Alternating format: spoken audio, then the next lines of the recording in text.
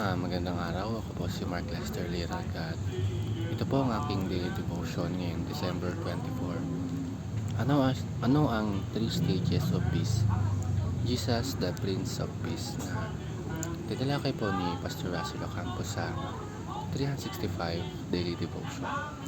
Ang Bible verse ko yung araw ay galing sa Isaiah chapter 9 verse 6 to 7. Ang sabi po ay, "For to us a child is born, and he will be called Wonderful Counselor, Mighty God, Everlasting Father, Prince of Peace." Mga kapatid, lalo na ngayong disperas ng Pasko, maraming tao naghahanap ng kapayapaan. Pero madalas, ang hinahanap natin ay panlabas lang, katahimikan, walang problema, walang gulo. Ngunit ang kapayapaang inaalok ni Jesus ay mas malalim, mas totoo at mas tumatagal. Ang first teaching is, Jesus is the Prince of Peace. Ang titulong Prince of Peace ay nangangahulugan na si Jesus ang pinuno, may akda at may kapangyarihan sa tunay na kapayapaan. Hindi siya nagbibigay lang ng payo tungkol sa peace. Siya mismo ang kapayapaan. Kahit magulo ang mundo ngayon, kahit may mga problema ang buhay natin, kapag kasama mo si Jesus, may kapayapaan na hindi kayang ibigay ng mundo.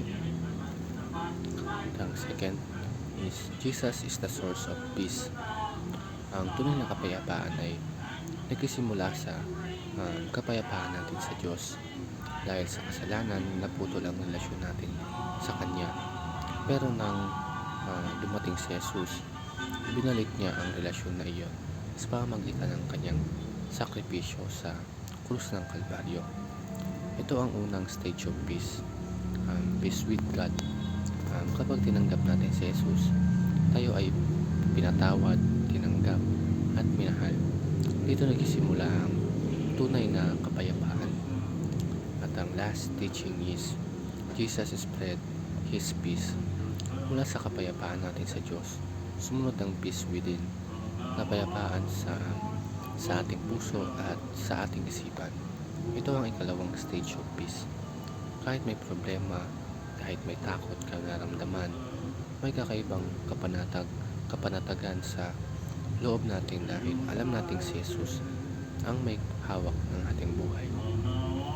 At kapag may peace tayo sa loob, natural na ito ay umaabot sa iba, peace with others. Ito ang ikatlong stage ng peace.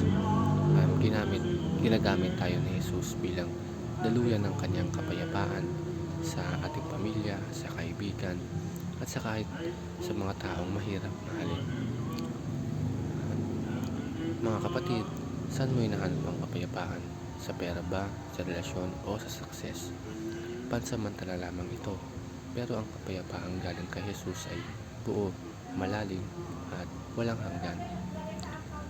Ngayong disperas ng Pasko,